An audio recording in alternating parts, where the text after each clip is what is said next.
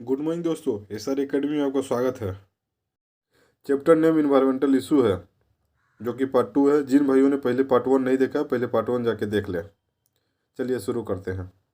Nuclear energy has two very serious inherent problem: accidental leakage और safe disposal for radioactive waste. Accidental leakage में 3 miles island, चोर्नोबिल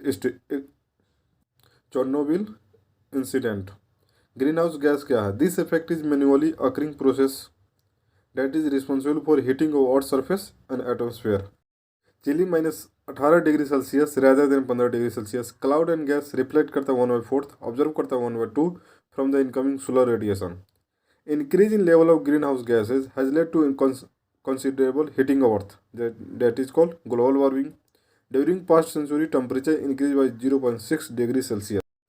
global warming के अंदर में green house gas का pie chart दिया गया है, जो कि कार्बन डाइऑक्साइड 60% है, N2O 6% है, मीथेन 20% है, CFC 14%।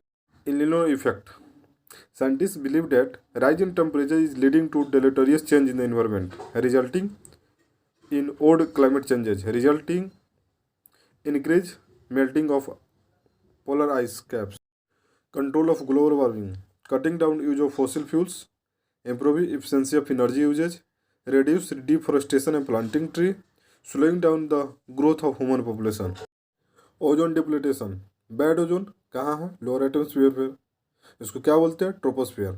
क्या करता है? Harm plant and animals. Good ozone कहाँ है? अपर एटमोस्फियर पे। इसको क्या बोलते हैं? स्ट्रेटोस्फियर बोलते हैं। क्या करता है? Shielding observing UV radiation, Dobson unit. The thickness of ozone in a column of air from the ground to the top of the atmosphere, ozone hole. Formation of large area of thinned ozone layer. Antarctica develops each year, late August early October. Montreal protocol, जो कि Canada में हुआ था 1987 में, but effective 1989 में। इसका काम क्या था? To control the emission of ozone depleting substance.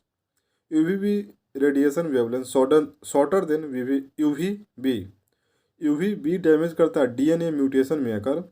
Ageing of skin damage to skin cell, जो कि स्किन कैंसर बोलते हैं।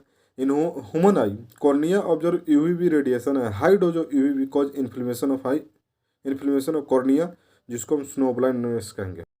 Degradation by improper resource utilisation and maintenance, soil erosion and desertification, over cultivation, unrestricted grazing, deforestation, poor irrigation practice, waterlogging, soil salinity, irrigation without proper drainage, deforestation, conversion of forest area into non forest area, lost 40% tropics में, जबकि 1% temperate में। In India beginning of 20th century 30% forest था, but end of the 20th century only 19.4 forest ही बच गया। Deforestation occur growing human population, slash and burn agriculture, जिसको हम jhum cultivation. Consequence of deforestation: enhance of CO2 concentration, loss of biodiversity due to habitat destruction, disturb hydrological cycle, cause soil erosion and may lead to desertification. Reforestation क्या है? Restoring of forest. Conservation of forest 1731, king of Jodhpur in Rajasthan. Bishnoi क्या? Peaceful coexistence with nature. Amrita Devi Bishnoi wildlife protection award for individual और community दोनों को दिया जा सकता है, जो कि रूरल में होना चाहिए।